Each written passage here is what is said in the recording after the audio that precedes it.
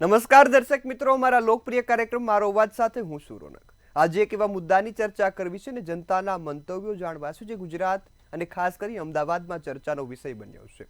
અમદાવાદના ખોખરા વિસ્તારમાં આવેલી 7 ડે સ્કૂલમાં વિદ્યાર્થીએ હત્યા કરી અને આખા ગુજરાતને હચમચાવી દીધું.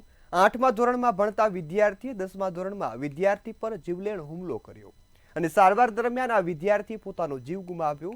અને આ ઘટના બાદ તમામ લોકોએ આ ઘટનાનો વિરોધ કર્યો છે ને આ ઘટનાને વખોડી કાઢી છે.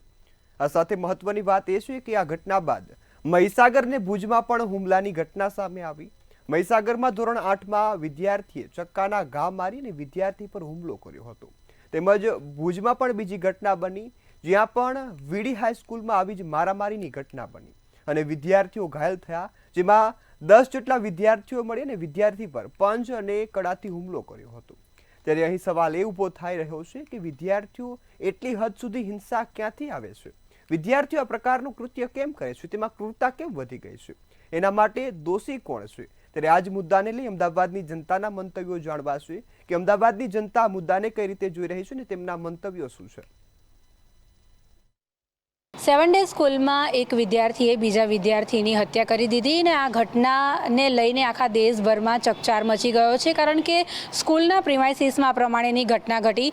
પોલીસ તપાસમાં એક ચેટ જે સામે આવ્યું તેમાં એવું પણ જાણવા મળ્યું કે જે વિદ્યાર્થીએ બીજા વિદ્યાર્થીને ચાકુ માર્યું હતું તે વિદ્યાર્થીએ એવું કીધું કે મતલબ એને બિલકુલ અફસોસ નથી, એવી એક વાત પણ સામે આવી છે. આ ચેટમાં ચોખ્ખે ચોખ્ખું એ વ્યક્તિ એવું કહે છે કે જો હો ગયા સો હો ગયા. એટલે આ જ બધા મુદ્દાઓ લઈને આજે આપણે વિદ્યાર્થીઓ છે એમની જોડે વાતચીત કરીશું કે તેઓ શું વિચારે છે. સ્કૂલના પ્રિમાઇસીસમાં આવી ઘટના જ્યારે ઘટે છે તો તેમના મન ઉપર કેવી અસર થઈ રહી છે, વિદ્યાર્થીઓના કુમળા મગજ ઉપર શું શું પ્રતિક્રિયાઓ અત્યારે થઈ રહી છે, આપણે એ જાણીશું. પહેલાં તો તમારું નામ?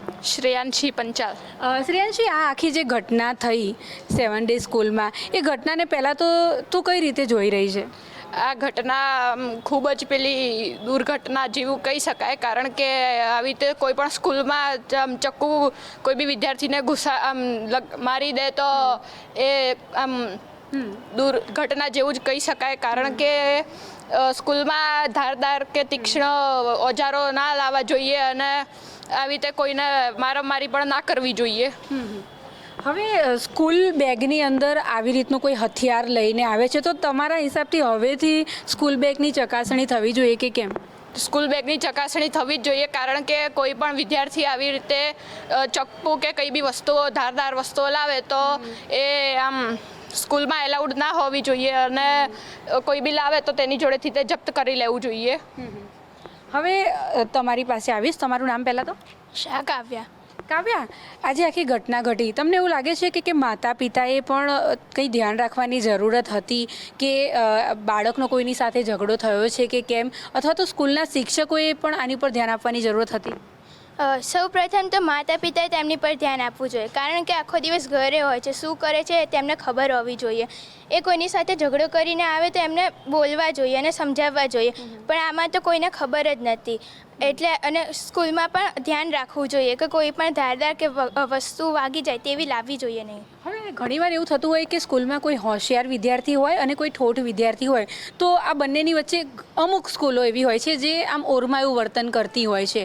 તો એ દરમિયાન પણ જે બાળક હોય એની માનસિક પરિસ્થિતિ થોડી ખરાબ થતી હોય છે, એના માનસ પટલ ઉપર થોડી અસર થતી હોય છે. શું કહેવું?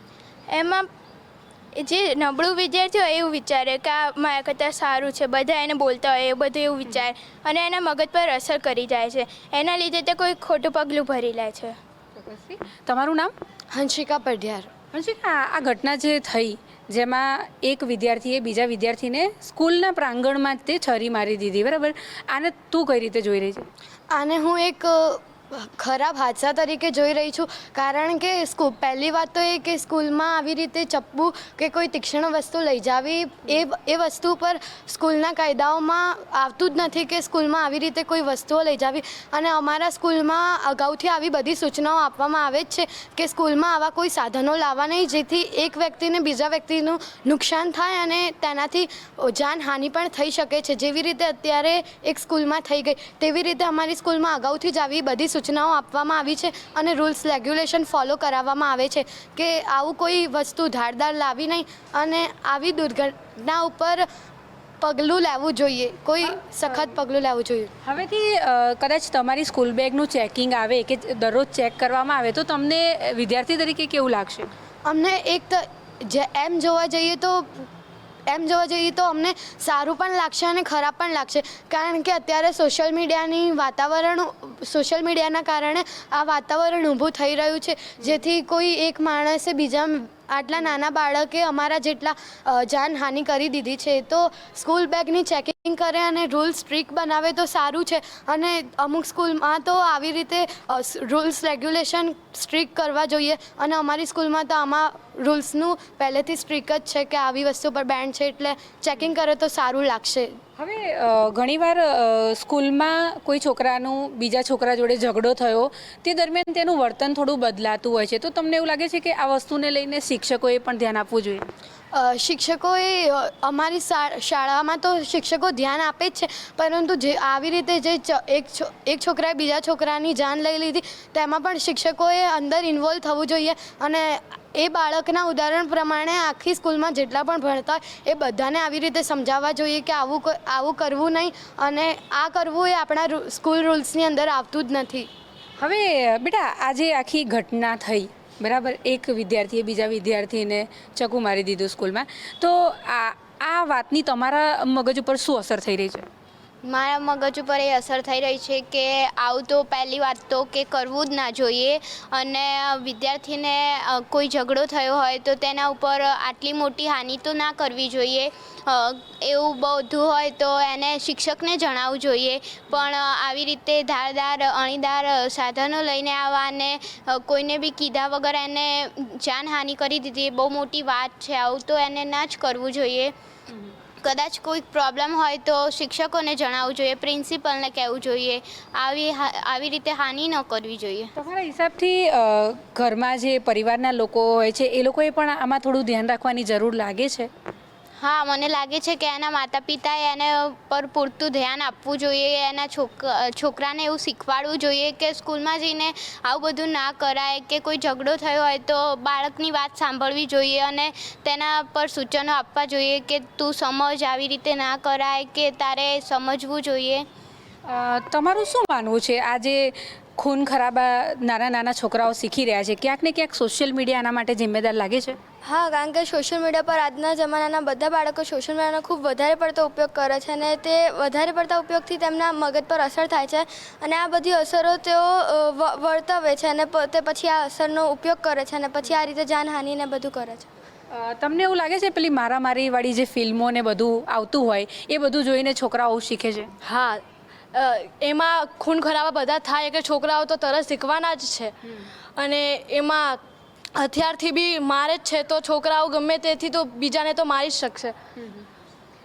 તમારું શું માનવું છે જે રીતની આ ઘટના ઘટી, એક છોકરાએ બીજા છોકરાને સ્કૂલના પ્રિમાઇસીસમાં આવી ઘટના ઘટી, તો હવે સ્કૂલમાં કેવી સિક્યોરિટી હોવી જોઈએ? સ્કૂલમાં એવી સિક્યોરિટી હોવી જોઈએ કે દરેક શિક્ષકે તેનું ધ્યાન રાખવું જોઈએ અને ભૂલથી પણ આવી હાનિ થઈ જાય તો તેને ઝડપથી સારવાર કરવી જોઈએ. તમારું નામ? મારું નામ ધાર્મિક. ધાર્મિક, આખી ઘટના જે ઘટી એમાં તું શું વિચારે છે કે શું કરવું જોઈતું હતું? આમાં તો આવી રીતે થવું તો ના જોઈએ, પણ સ્કૂલના વિદ્યાર્થીઓ તરીકે કશું આવું ના થવું જોઈએ. હવે તને એવું લાગે છે કે આ જે બાળક હતો જેણે ચક્કુ મારી દીધું એ કોઈ ખોટી સંગતમાં હશે કે એવું કંઈ? એને કશું બીજા છોકરા જોડે ઝઘડો થયો હશે કે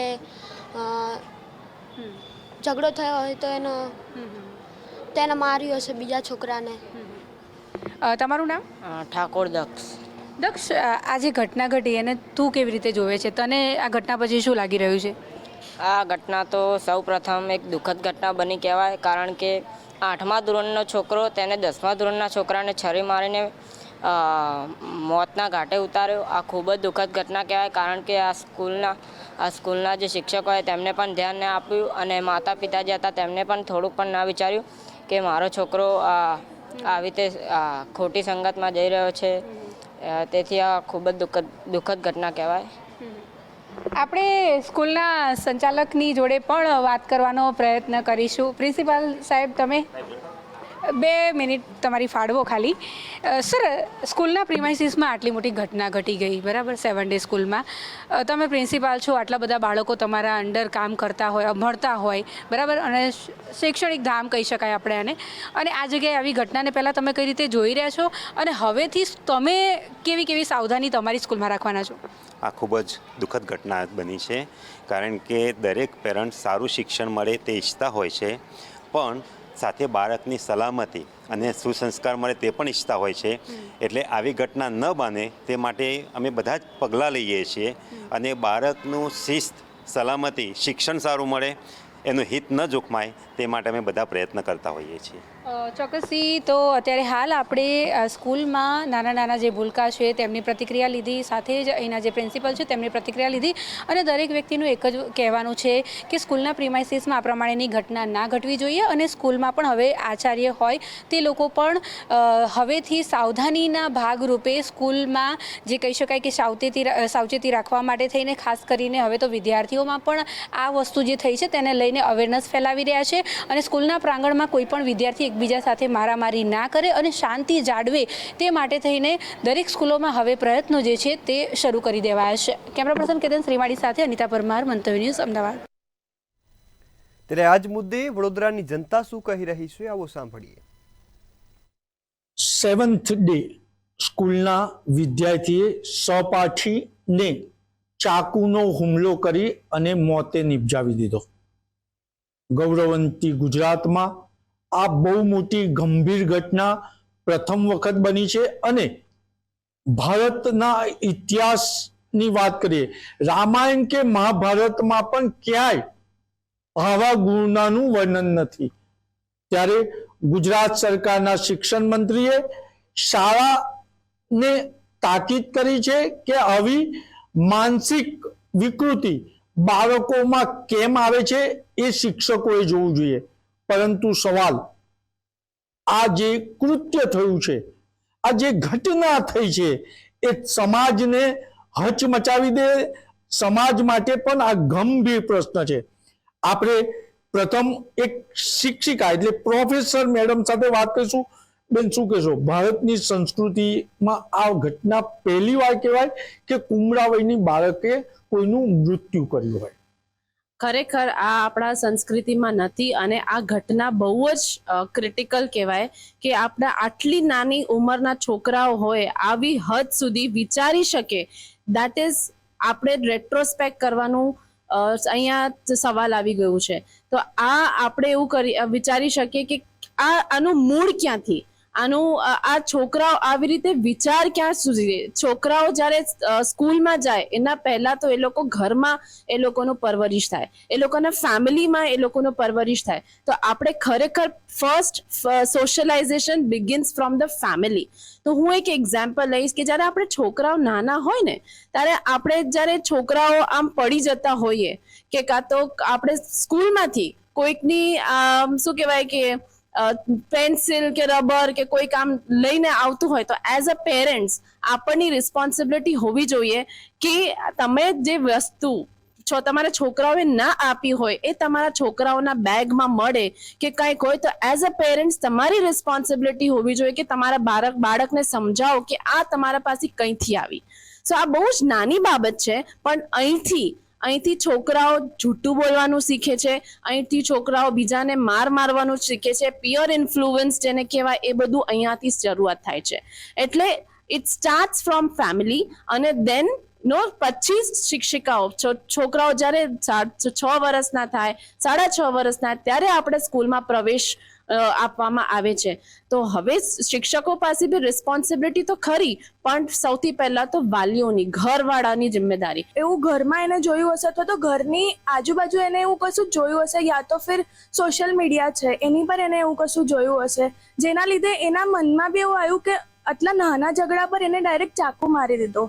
એટલે એ છોકરાની મેન્ટાલિટી બી કેવી હશે કે એને મતલબ નાનપણથી યા ફિર નાનપણ બી નહીં પણ એને એ ટાઈપનું એને જોયું હશે એના સરાઉન્ડિંગમાં, એના ઘરે, તો એ પ્રકારે એને એવું કર્યું હશે. તો મતલબ પહેલી વાત તો એને પેરેન્ટ્સે ધ્યાન રાખવું જોઈએ કે છોકરો શું જોવે છે, શું કરે છે, મતલબ કેવા સરાઉન્ડિંગ્સમાં કોની જોડે રહે છે, એના પોઈન્ટ ઓફ વ્યૂ શું છે, એ બધાને ધ્યાન, એ ફર્સ્ટ ઓફ ઓલ મેમે જો કીધું પેરેન્ટ્સ નો રોલ ફર્સ્ટ છે.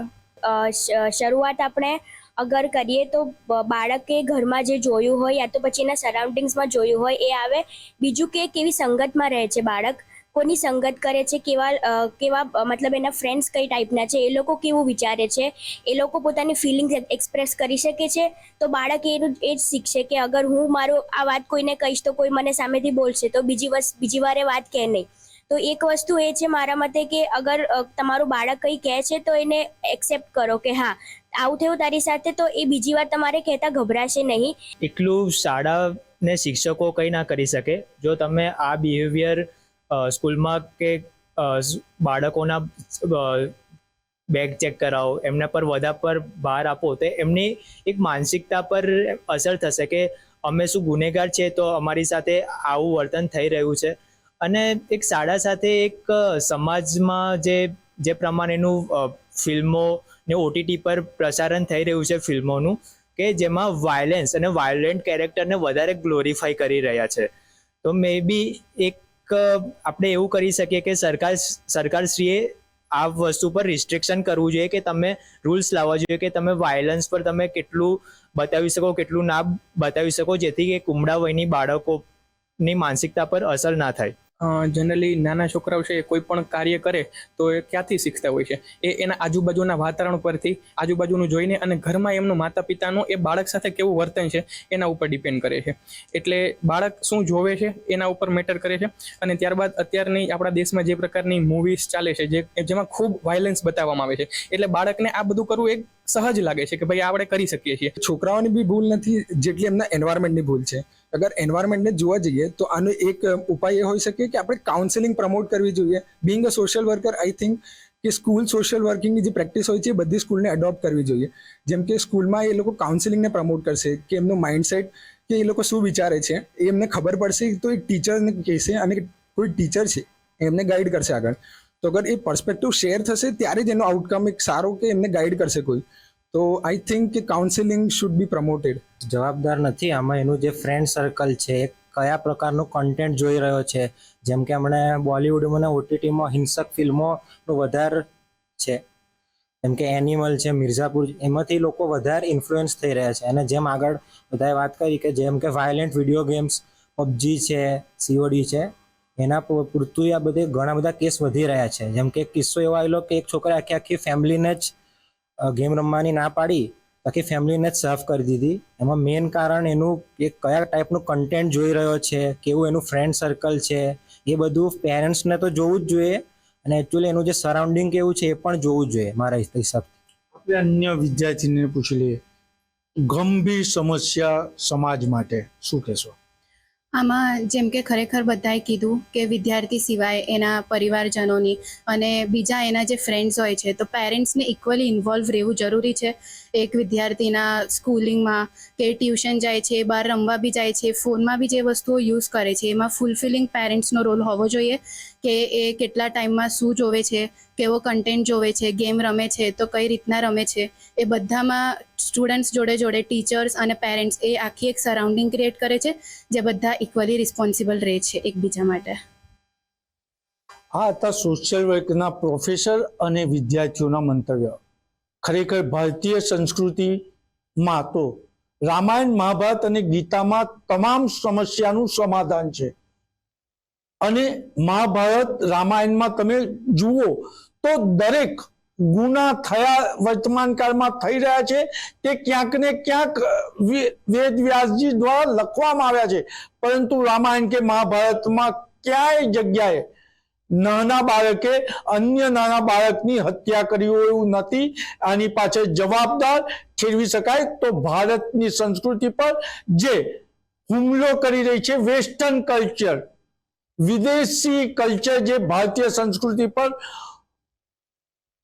હુમલા કરી રહી છે એને જવાબદાર કહી શકાય. ને જે એક વડોદરાની જ સાચી ઘટના છે કે એક નાનો વિદ્યાર્થી, સાયન્સનો સ્ટુડન્ટ ગેમ રમતો હતો, એને ઘરમાંથી 27,500 રૂપિયાની ચોરી કરી અને ગેમ પાછળ રમ્યા અને એ છોકરો ડિપ્રેશનમાંથી બચી ગયો, કારણ એના માતા પિતાએ તેની જોડે સંતાન નહીં પરંતુ એક મિત્ર ભાવ રાખ્યો હતો, એટલે એને પોતાની વાત, પોતાની વ્યથા માતા પિતાને કહી હતી.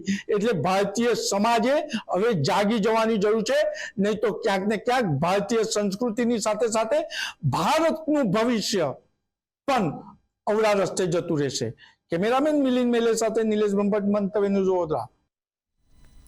જ્યારે સુરતની જનતા મુદ્દે શું કહી રહી છે, આવો સાંભળીએ. મંગળવારે 7 ડેઝ શાળાની અંદર એક વિદ્યાર્થીએ તેના સહપાઠીને જે છે તે તીક્ષ્ણ હથિયાર મારીને મોતને ઘાટ ઉતાર્યો હતો. તો બીજી તરફ વાત કરીએ મહીસાગરની, તો મહીસાગરમાં પણ વિદ્યાર્થીએ બીજા વિદ્યાર્થીને ચપ્પુના ઘા મારીને ગંભીર ઇજાઓ પહોંચાડી હતી. ત્યારે આજકાલ જે કહી શકાય કે શાળાની અંદર વિદ્યાર્થીઓ જે છે તે ક્યાંક ને ક્યાંક ઉગ્ર થઈને તેના સહપાઠી તેમજ તેની સાથે ભણતા વિદ્યાર્થીઓ ઉપર હુમલાઓ કરી રહ્યા છે. ક્યાંક ને ક્યાંક આ જે માનસિકતા જે છે તે કઈ હદે જઈ રહી છે, ત્યારે આ જ મુદ્દે આપણી સાથે હાલ અત્યારે વિદ્યાર્થીઓ તેમજ શિક્ષકગણ છે તેઓ સાથે આપણે વાત કરવાનો પ્રયત્ન કરીશું. સૌપ્રથમ હાલ અત્યારે જે અહીં શિક્ષકો છે તેઓ સાથે વાત કરવાનો પ્રયત્ન કરીશું. શું નામ છે આપનું? મેમ, શું લાગી રહ્યું છે આ હાલ અત્યારે જે વિદ્યાર્થી ઉપર જે હુમલાઓ કરી રહ્યા છે, આ માનસિક સ્થિતિ ક્યાં સુધી પહોંચી? અત્યારનું જનરેશન એટલું બધું એવું છે કે કોમ્પિટિશન્સ બહુ વધી ગઈ છે, એના લીધે આ બધું થાય છે. બટ અહીંયા અમે લોકો, અમારી જે એડમિનિસ્ટ્રેશન ટીમ છે એટલી સ્ટ્રોંગ છે કે કશે બી કંઈક આવો પ્રોબ્લેમ આવે છે તો તરત ક્લિક થઈ જાય છે. તો આ એક ઇમ્પોર્ટન્ટ પાર્ટ છે કે હોસ્ટેલના સ્ટુડન્ટ્સનું અમે પહેલેથી આ વસ્તુની કેરફુલી કેર કરીએ છીએ. જી ચોક્કસથી. અન્ય શિક્ષક છે, શું નામ છે આપનું? દર્શનભાઈ ઓનસી. દર્શનભાઈ, કહી શકાય કે આ જે બાળકો જે છે તે હાલ અત્યારે ક્યાંક ને ક્યાંક હાવી થઈ રહ્યા છે, ગુસ્સામાં આવીને એક બીજા ઉપર હુમલાઓ કરી રહ્યા છે, તો બીજી તરફ શાળાની અંદર જ આવા હથિયારો લાવવામાં આવી રહ્યા છે. શું લાગી રહ્યું છે તમને? સૌથી પહેલાં તો સર, શાળામાં એક સાયકોલોજીસ્ટ હોય છે જે સ્ટુડન્ટોનું ઓબ્ઝર્વેશન કરે, શું એના માઇન્ડમાં ચાલે છે. આવું કે એકવાર એક બાળકે હમણાં અમદાવાદમાં સ્કૂલમાં એક બાળકની ઉપર તમે હાલ અત્યારે જે પ્રમાણે એક વિદ્યાર્થી ઉપર હુમલો કરે છે, ગુસ્સામાં હુમલો કર્યો છે, શું લાગે છે આવું તમને સાંભળીને? મને બહુ અજીબ લાગે છે, કેમ કે આવું પહેલાં તો કોઈ વખત થયું નથી ને આવું તો બહુ નોર્મલ નથી કે કોઈ વિદ્યાર્થી બીજા વિદ્યાર્થીને એમ મારી દે. એ લોકોનો ઈગો બહુ વહેલો હર્ટ થઈ જાય છે થોડીક વાતમાં. મારું એવું જ કહેવું છે, કારણ કે અગર ગુસ્સો આવે તો આપણે કોઈને કહી જોઈએ, આપણા મમ્મી પપ્પા, टीचर्स या तो कोई मोटा दिन बात કરીને चौकस कर लेવું જોઈએ. मेरे को लगता है कि उसको अपने माइंड पे कंट्रोल करना चाहिए था ताकि वो अपना थोड़ा गुस्सा कंट्रोल कर सके. किसी को मारना नहीं चाहिए था. I believe that it wouldn't should happen because it's a really bad thing. Life is very important to everybody. So I don't think it is really good to take somebody's life. I think they should control their anger. Their mind. Yeah. पहला तो कि mindset क्या है बच्चे का, what is his mindset, क्या कहाँ पे ग्रो हुआ है, कौन सा एनवायरनमेंट पे वो ग्रो है. ब्लेम ना शिक्षक को जा रहा है ना किसी को, एनवायरनमेंट कैसे ग्रूमिंग हो रहा है बच्चे का. सो ओवरऑल हमारे यहाँ पे पूरा सिस्टम है, the students are very open to the teachers. हर एक बच्चे हर एक टीचर्स के पास जा पा रहे हैं. We have child psychology. So in teams, every teacher is supportive to every child. So everybody has that right to go to the teacher and वो environment हम create कर रहे हैं कि वो comfortable होके हमें सब बताए, like she share his thought process. Then only we can come himself. Actually, I believe in a good system, जो system mainly student को support करेगा, not only the academically, in mindset wise, their beliefs. So everything we need to understand that क्या वो लोग समझ रहे हैं, क्या वो लोग थिंकिंग प्रोसेस क्या है उन लोगों का. क्योंकि obviously if we now compare our generation with this generation, obviously it will be not possible.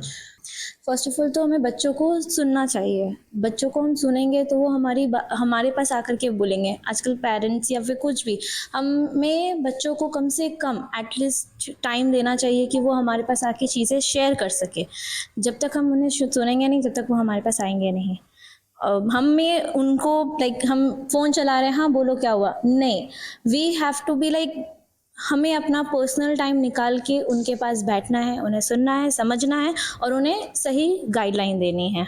तो हमारे बच्चे यहाँ पे प्रैक्टिकली देखते भी है कि हमें अभ्यास करना चाहिए इसका हमारे दैनिक लाइफ में.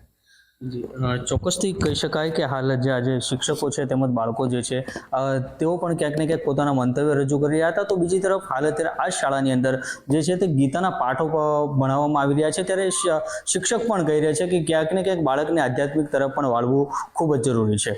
અક્ષય મકવાણા, મંતવ્ય ન્યૂઝ, સુરત. હાલ મારો અવાજમાં બસ આટલું જ. વધુ સમાચારોની અપડેટ માટે જોતા રહો મંતવ્ય ન્યૂઝ. નમસ્કાર.